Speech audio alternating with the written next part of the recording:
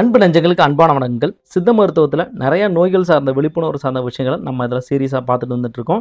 Consultations எதாவது வேணும்னா மேலே உள்ள நம்பரில் வாட்ஸ்அப்பில் அப்பாயின்மெண்ட் எடுத்துகிட்டு கண்டிப்பாக கால் பண்ணி நம்ம இந்த அப்டேட்ஸ் வந்து கண்டிப்பாக தெரிஞ்சுக்க. நான் பட்டம் பெற்ற பட்ட மேற்படிப்பு படித்த சித்த மருத்துவர். இந்த விஷயங்கள் இன்ஃபெக்ஷியஸ் டிசீஸ் சார்ந்தோ அல்லது வேறிடம் சித்த மருத்துவத்தில் நோய்களை பரிகரிக்க வேறு ஏதாவது சந்தேகங்கள் இருந்தால் ஆல் ஓவர் இந்தியா எல்லா கன்சல்டேஷன்ஸும் ப்ரொவைட் பண்ணிட்டு இருக்கோம். அப்ராட் கண்ட்ரீஸுக்கும் ப்ரொவைட் பண்ணுறோம் சித்த மருத்துவம் மூலியமாக. ஸோ நம்மள்ட்ட ஒரு சக்ஸஸ் ஹிஸ்ட்ரி தான் இன்றைக்கி நம்ம பார்க்க போகிறோம். ஹெப்படைட்டிஸ் அப்படின்னு ஒரு டிசீஸ் வந்துட்டாலே நமக்கு வந்து எந்த பக்கம் மூவ் ஆகிறது அப்படின்றதே தெரியவே மாட்டேங்குது. நிறைய சமயத்தில் 10 பேர் நம்மள்ட்ட கன்சல்டேஷன் எடுக்கிறாங்க அப்படின்னா அட்லீஸ்ட் ஒரு 4லேருந்து 5 நபர்கள் தான் ட்ரீட்மெண்ட் அப்படின்ற ஒரு பாதை சித்த மருத்துவத்தில் உள்ள வரணும் அப்படின்ற ஒரு எண்ணம் அப்படின்றது இருக்குது. மீதம் ஒரு 50% நபர்கள் என்னென்னா கன்சல்டேஷன்ஸ் மட்டும், அதுவும் ஏனதான மாதிரி வாங்கிட்டு அதன் பிறகு அப்படியே இருக்கக்கூடிய சாதாரணமாக இருக்கக்கூடிய நிலையும் இருக்க தான் செய்யுது. இதுக்கு பொதுவான காரணம் அப்படின்றது சித்த மருத்துவத்தில் இந்த மாதிரியான விஷயங்களை அணுகிறாங்களா அப்படின்ற ஒரு பொதுப்படையான ஒரு விழிப்புணர்வு இல்லாத தன்மையாக தான் நான் வந்து பார்க்குறேன். ஸோ இந்த விஷயத்தை படி நான் பார்க்குறப்போ ஒரு சக்ஸஸ் ஹிஸ்ட்ரியை மட்டும் நான் உங்களுக்கு வந்து ஷேர் பண்ணுறேன். அதாவது ஒரு ஃபீமேல் நம்மள்ட்ட வந்து அப்ரோச் ஆகுறாங்க. 44 இயர்ஸ் ஓல்டு, ப்ரைவேட் ப்ரொஃபஷனல். ஒரு பிளட் டொனேட் கேம்ப் பண்ணுறப்போ பிளட் டொனேட் சமயத்தில் அவங்களுக்கு வந்து இந்த மாதிரி மஞ்சக்காமலை இருக்குது, நீங்கள் போய் டாக்டரை பாருங்கன்ற விஷயத்த சொல்லி அனுப்பியிருக்கிறாங்க. ஸோ உடனே அவங்க வந்து ஒரு நியர்பையில் இருக்கக்கூடிய மெடிக்கல் காலேஜுக்கு போய் அப்ரோச் ஆகுறாங்க. ஸோ அவங்களுக்கு முதல்ல பார்த்தீங்கன்னா அது என்ன டெஸ்ட்டு என்ன மாதிரி அதை பற்றி எந்த வித புரிதலும் கிடையாது. பட் இப்படி ஒரு நோய் வந்துருச்சுன்னு ஒரு பயம் மட்டும் இருந்துகிட்டே இருக்குது. பட் சிம்டம் வைஸ் எதுவுமே வந்து கிடையாது. அப்பப்போ செரிமான கோளாறு மட்டும் இருக்குது அப்படின்றது தான் அவங்களோட விஷயமா இருந்தது. ஸோ ஃபஸ்ட்டு என்ன பண்ணுறாங்க, 2024 4வது மாதம் 2023 ஒரு பக்கத்தில் உள்ள ஒரு மெடிக்கல் காலேஜுக்கு போய் அப்ரோச் ஆகுறாங்க. அங்கே போகிறப்போ அவங்களுக்கு ரேபிட் கார்ட் டெஸ்ட் வந்து பார்க்குறப்ப HbSAg பாசிட்டிவ் இருந்திருக்கு. அதன் பிறகு அப்போவே கூடவே வந்து பார்த்திங்கன்னா டிஎன்ஏவும் பார்க்குறாங்க. HBV டிஎன்ஏ வந்து 2708 வந்து இருக்குது. ஸோ இவங்களை என்ன பண்ணுறாங்க, இது 4வது மாதம் 23வது வருஷம். ஸோ அப்போ இவங்களுக்கு என்ன பண்ணுறாங்க, ஒரு வருஷம் ஒன்றும் இல்லைங்க, ஒரு குறைவான அளவு தான் இருக்குது, ஒரு 6 மாதம் வெயிட் பண்ணுங்க அப்படின்ற மாதிரியான மருத்துவர்கள் அதை வந்து அறிவுரை கொடுத்துருக்குறாங்க. 6 மாதத்துக்கு பொதுவாக வந்து ஒரு 3 மாதத்துக்கு ஒரு முறை செக் பண்ணிக்கங்க அப்படின்ற ஒரு அறிவுரையை கொடுத்துருக்குறாங்க. பட் பொதுவாக பேஷண்ட் கேட்குறப்ப சொல்கிறாங்க, அவங்க ஒரு 6 மாதம் கழிச்சு தான் வர சொன்னாங்க சார். பட் ஆனால் 6 மாதம் கழித்து போனப்போ எனக்கு வந்து நான் வந்து ரொம்ப பயந்துட்டேன் அப்படின்ற மாதிரி சொல்லியிருந்தாங்க. ஸோ நிறைய சமயத்தில் எங்கெல்லாம் இது வந்து இப்போதைக்கு ஒன்றும் பெருசாக தேவையில்லைங்க அப்படின்னு சொல்கிற அந்த 2000 அளவோ 3000 அளவோ நிறைய கமெண்ட்ஸ்லாம் நிறைய கேட்குறீங்க. சார் எனக்கு டிஎன்ஏ 4000 தான் இருக்குது, 3000 தான் இருக்குது, 2000 தான் இருக்குது அப்படின்னு நிறைய பேர் கேட்கக்கூடிய விஷயத்தை வந்து கேள்விப்படுறேன். ஸோ நிறைய சமயத்தில் டிஎன்ஏ போன்ற விஷயங்களை சித்த மருத்துவம் அக்குவேராக ப்ராப்பராக இது வந்து அணுகுது அப்படின்றதுல எந்தவித மாற்று கருத்தும் கிடையாதுங்க. ஸோ இப்போ இது வந்து 2023 எடுத்த ரிப்போர்ட் 2708 வந்து இருந்திருக்கு வேல்யூ IU/ml.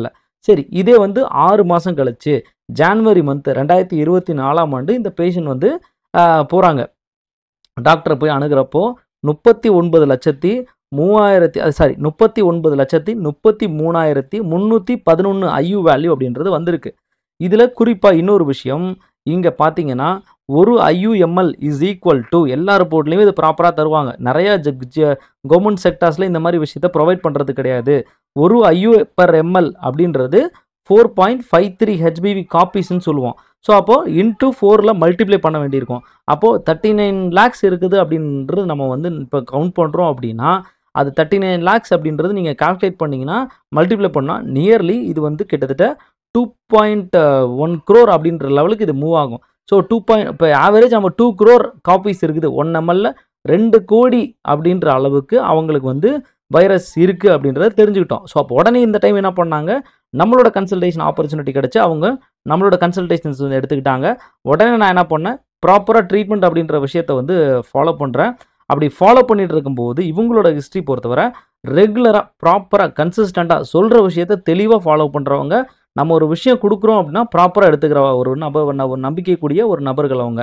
ஸோ அதன் பிறகு அவங்களும் வெளியில் உள்ள டாக்டர்ஸுமே டெனோஃபிவர் 300 mg அவங்க வந்து சஜஸ்ட் பண்ணியிருந்தாங்க. பட் அவங்களுக்கு வந்து அது எடுக்கிறதுக்கான விருப்பம் இல்லை. டோட்டலாக அவங்க என்ன பண்ணிட்டாங்க அப்படின்னா சித்த மருத்துவ முறைகளை அவங்க வந்து ஃபாலோ பண்ணக்கூடிய சூழ்நிலையை வந்து அவங்க வந்து ஏற்படுத்திக்கிட்டாங்க. ஸோ அதன் மூலியமாக நம்ம திரும்பவும் அவங்களுக்கு வந்து பார்த்திங்கன்னா ஒரு 5வது மாதம் கரெக்டாக 4 மாதம் எடுத்த பிறகு ஃபுல்லாக கம்ப்ளீட்டாக ஒரு 4.5 மாதம் எடுத்த பிறகு அவங்கள திரும்பவும் ஒரு பரிசோதனைக்கு அவங்கள வந்து மறுபடியும் போக சொல்கிறோம். கம்ப்ளீட்லி HBV டிஎன்ஏ டார்கெட் வந்து 39 லட்சம், அதாவது காப்பீஸ்ன்னு பார்க்குறப்போ 2 crore காப்பீஸ் ஆஃப் டிஎன்ஏன்றது கம்ப்ளீட்லி 0 அப்படின்றது வந்திருக்குது. எந்த விதமான ஆன்டிவைரல் ட்ரக்ஸ் யூஸ் பண்ணாமல் இவங்களுக்கு சித்த மருத்துவ முறைப்படி இந்த மாதிரி வந்தது ரொம்ப ரொம்பவே ஆச்சரியப்படத்தக்கதாகவும், வியக்கத்தக்கதாகவும் அந்த பேஷண்ட் வந்து சொல்லியிருந்தாங்க. இத்தனைக்கும் அவங்க படித்த பட்டம் பெற்ற ஒரு அ ஒரு செல்ஃப் பிரைவேட் இன்ஸ்டிடியூஷன்ல ஒர்க் பண்ணக்கூடிய ஒரு முக்கியமான ஒரு நபர் அவங்க. ஸோ எனக்கே ரொம்ப அவங்க சொன்ன பிறகு எனக்கு நான் இப்படிலாம் சித்தால இருக்கும்னு நினைக்கவே இல்ல சார். அப்படின்ற மாரிலாம் அவங்க வந்து ஷேர் பண்ணியிருந்தாங்க. நம்ம ஒரே ஒரு விஷயம் தாங்க. எந்த விஷயத்த நம்பிக்கையாவும், நம்ம நேர்த்தியாகவும், ப்ராப்பரா, சிறப்பா நம்ம சொல்ற விஷயத்த ப்ராப்பரா செய்றாங்க அப்படின்னா, கண்டிப்பா பலன் அப்படின்றது கண்டிப்பா இருக்குங்க. இப்போ ஒரு சில கேஸஸ்க்கு 4 1/2 மாசத்துல வரும். ஒரு சில கேஸஸ்க்கு 8 மாசம் ஆகும். ஒரு சில கேஸஸ் 1 1/2 வருஷம் எடுத்த கேஸ்லாம் இருக்கிறாங்க. டிஎன்ஏ இதாகும். இப்போ லைஃப் லாங் ஒரு ட்ரக் எடுக்க வேண்டிய விஷயத்துல, ஒரு 6 மாசமோ, 8 மாசமோ நான் எடுத்து டிஎன்ஏவ டார்கெட்ட ரெட்யூஸ் பண்ணிட்டேன் அப்படின்னா, நீங்க ஒரு சேஃப் நிலைக்கு வர்றது சித்த மருத்துவத்தில கிடைக்குது அப்படின்றதுனா, நீங்க கண்டிப்பா இத ஒரு கருத்தில் வச்சு இத நீங்க ஃபாலோ பண்ணணும் அப்படின்ற விழிப்புணர்வ இந்த வீடியோ மூலியமா தெரிவித்துக் கொள்கிறேன். எப்பல்லாம் இந்த டிஎன்ஏ டார்கெட்ட குறைக்கிறீங்களோ, அப்பல்லாம் சர்ஃபேஸ் ஆன்டிஜன் HbA1c சொல்லக்கூடிய அளவுன்றது படிப்படியா குறைஞ்சுட்டே வரும். எல்லாருமே இந்த டிஎன்ஏ டார்கெட்ட பார்க்காம, டிஎன்ஏ அளவு இத்தன கோடி இருக்கு, நம்பர்ல இருக்கு, லட்சத்துல இருக்கு இதெல்லாம் கவனிக்காம, சார் எனக்கு HbA1c நெகட்டிவ் பண்ணிடுவீங்களா? HbA1c நெகட்டிவ் பண்ணிடுவீங்களா? இந்த கான்செப்ட்ட மட்டும் பேசுறது ரொம்ப ரொம்ப ஒரு புரிதல் இல்லாத ஒரு தன்மையா தான் நான் வந்து உணர்றேன். ஸோ இது பேஷண்ட்டுக்கு எஜுகேட் பண்ணோம் அப்படின்னாலே, பாதி விஷயம், பாதி நோயிலிருந்து நோயாளிகள் விடுபடுறதுக்கு நெறைய வாய்ப்புகள் உண்டுங்க. தயவுசெய்து இத புரிந்து கொண்டு, தெளிவான விஷயங்கள், தெளிவான மருத்துவ முறைய நம்ம அணுகுனோம்னாலே, முறையான மருத்துவர அணுகும்போது உங்களுக்கு இந்த விஷயங்கள்லாம் தெளிவா புரிய வைக்க முடியும்.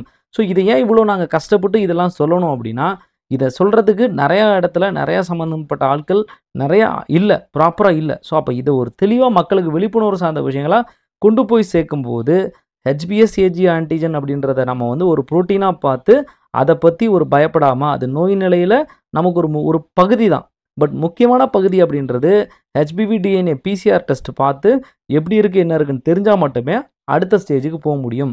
ஒரு சிலவங்க HbA1c AB ஆன்டிபாடி இருக்கிறத வச்சு பயப்படுறாங்க. அதுவுமே பயப்பட தேவையில்ல.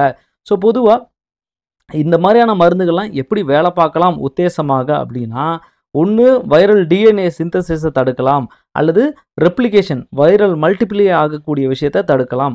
அதுக்கு அடுத்து பார்த்தீங்கன்னா, இம்யூனிட்டிய வந்து பூஸ்ட் பண்றது. அதாவது இன்டர்ஃபெரான் இத வந்து ரெட்யூஸ் பண்ணி, இன்டர்ஃபெரான் என்ன பண்ணும்? டிஎன்ஏவ ரெட்யூஸ் பண்ணி, இம்யூன் ரெஸ்பான்ஸ வந்து அதற்கு ஆப்போசிட்டா வந்து இன்கிரீஸ் பண்றதுக்கு வாய்ப்பு இருக்கலாம்.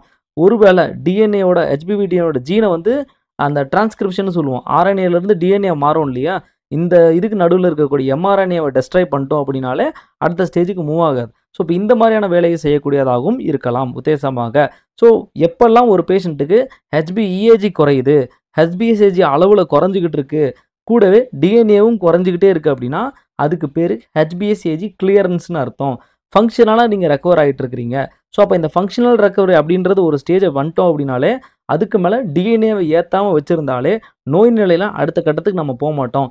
எளிமையா நல்ல ஒரு ஆரோக்கியமான உடலா, ஆரோக்கியமான நிலையில நம்ம இருக்கலாம் அப்படின்றதுல எந்தவித மாற்று கருத்தும் இல்ல.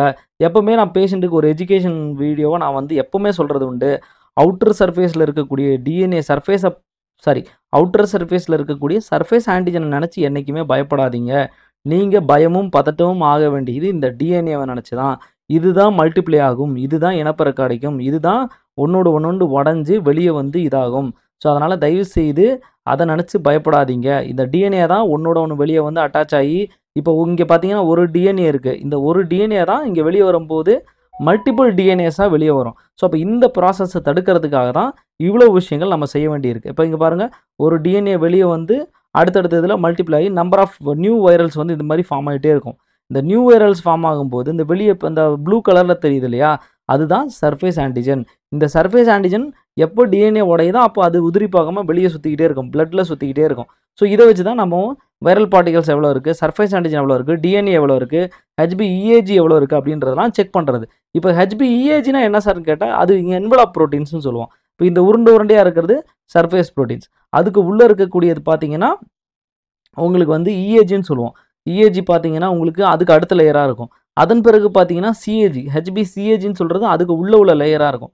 ஸோ இப்படி ஒவ்வொரு புரோட்டீனும் வெளிய வர்றதுனால தான், அதாவது இங்க பார்த்தீங்கன்னா, HbSAgல லார்ஜ் புரோட்டீன், HbSAgல ஸ்மால் புரோட்டீன், இங்க பச்சை கலர்ல பார்த்தீங்கன்னா, HbEAgன்னு சொல்லக்கூடிய புரோட்டீன். இந்த HbAg இருக்குது அப்படின்னா நெறைய உடையுதுன்னு அர்த்தம். மத்தவங்களுக்கு ரெப்ளிகேஷன், அதாவது வைரல் இன்ஃபெக்டிவிட்டி ரேட் அப்படின்றது ரொம்ப அதிகமா இருக்கும். EAg அதிகமா இருந்தா. ஸோ இதுதான். இத தெளிவா புரிஞ்சுட்டோம் அப்படின்னாலே, எளிமையில் நம்ம அடுத்த stage recovery stage, functional recovery அப்படின்றது தாராளமா எளிமையாக மூவ் ஆகலாம் அப்படின்றத விஷயத்தை தெளிவாக சொல்லிக்கிறேன். இன்றைக்கும் அந்த பேஷண்ட் ரெகுலராக பேசுவாங்க. நல்லா ஆரோக்கியமாகவும் ஹெல்த்தியாகவும் இருக்கிறாங்க. அடுத்த செக்கப்ஸ் அவங்களுக்கு ரெகுலராக போயிட்டு தான் இருக்குது. 6 மந்த் வந்து செக் பண்ணிருக்காங்க. அப்பப்போ 100, 200ன்னு ஏறும். பட் ஆனால் பயப்பட தேவையில்ல.